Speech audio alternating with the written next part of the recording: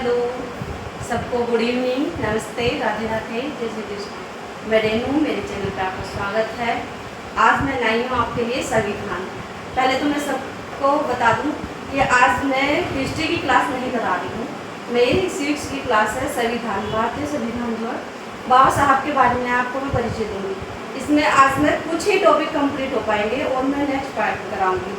बाबा साहब संविधान निर्माता जो बाबा साहब डॉक्टर भीमराव अम्बेडकर हैं, आज उनके लिए एक पाठ समर्पित है, उनके बारे में ही है। मैं उनके लिए इतनी आभारी हूँ कि मैं अपने आप को बहुत समझती हूँ, एक तुच्छ प्राणी है उनके सामने हमारा तो एक अस्तित्व, लेकिन उन्होंने हमें इतना स्थान दिया कि हम आज यहाँ तक आ चुके हैं कि पढ़ाई के बल पे आज हम शिक्षा का महत्व अच्छे से समझ चुके हैं। जो बाबा साहब ने हमें स्थान दिलाने की कोशिश की, उस पर हम स्त्रियाँ भी, बच्चे भी हर तरह से पहुँचते जा रहे हैं।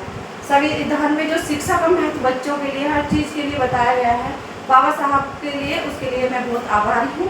मैं इसमें अब बाबा साहब के बारे में आपको बताऊँगी। बाबा साहब संविधान निर्माता है। इनका पूरा नाम जो है डॉक्टर भीमराव रामजी अम्बेडकर है। इनका जन्म 14 अप्रैल 1891 ईस्वी में मऊ के मध्य प्रदेश में हुआ था। अब इनके पिताजी का नाम क्या है? इनके पिताजी का नाम रामजी मोलाजी सकपाल था और इनकी माता का नाम भीमाबाई था। इनके पिताजी क्या काम करते थे? इनके पिताजी ब्रिटिश भारतीय सेना में एक सूबेदार के पद पर थे। बाबा साहब के परिवार महार जाति से आता था। महार जाति के होने के कारण इन्हें अछूत का सामना करना पड़ा। अछूत माना जाता था और बचपन से ही बाबा साहब को जातिगत भेदभाव का सामना करना पड़ा।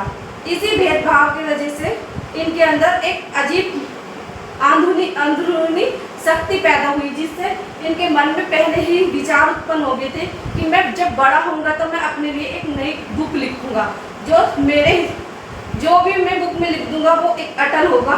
आज भी वो संविधान, बाबा साहब की बुक जो लिखी हुई है, उसके संविधान में जो भी बाबा साहब ने लिखा है, जो कानून बनाए हैं, वो एक एक पॉइंट सही है और वो बुक आज भी चलती है और हमेशा युगों युगों तक चलेगी।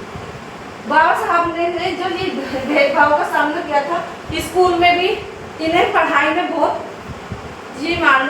ही ज़्यादा परेशानी उठानी पड़ी। उस टाइम पे पढ़ाई का तो कोई महत्व ही नहीं था छोटी जाति के लोगों को, लेकिन बाबा साहब ने अपने लिए पढ़ाई ऐसी की जैसे स्कूल में तो पढ़ाई करने के लिए इन्हें वो ही नहीं था, अंदर स्कूल के अंदर जाने की अनुमति नहीं थी।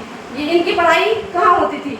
जहाँ ऊंचे लोगों के बच्चों की चप्पलें उतारी जाती थी ना, वहाँ पर बाबा साहब को बैठाकर पढ़ाया जाता था। इन्हें क्लास के अंदर नहीं आने दिया जाता था।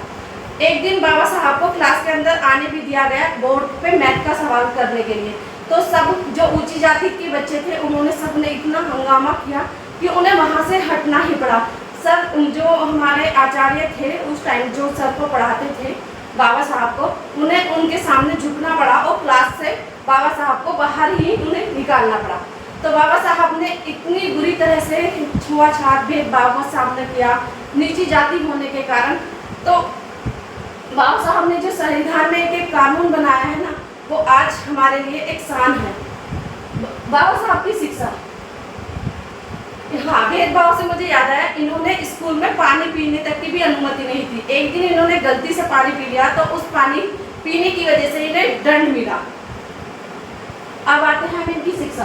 बाबा साहब उस समय में अत्यधिक पढ़ाई करने वाले पढ़े लिखे भारत में से एक व्यक्ति थे, भारतीय एक व्यक्ति थे।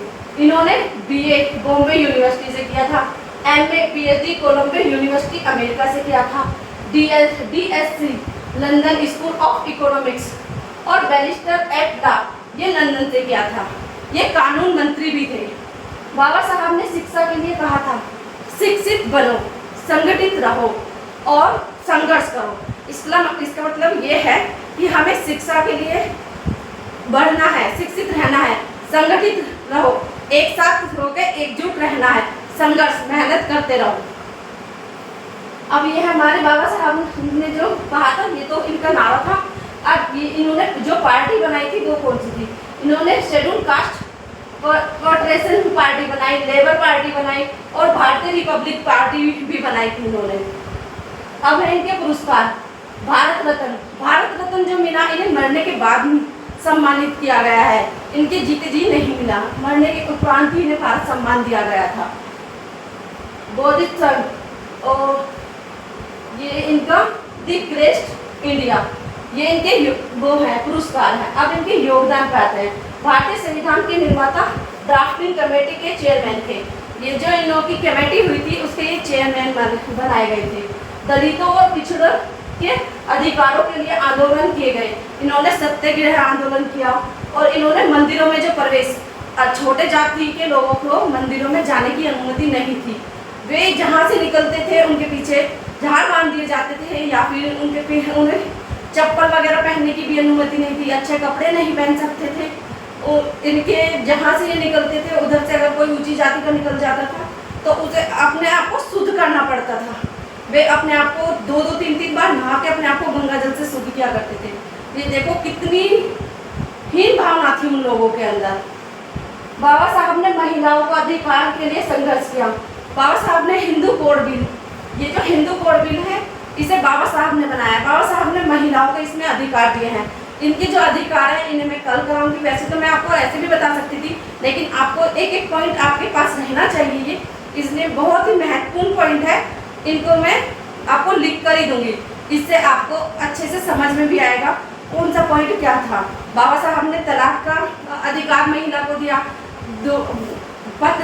एक पत्नी का अधिकार दिया।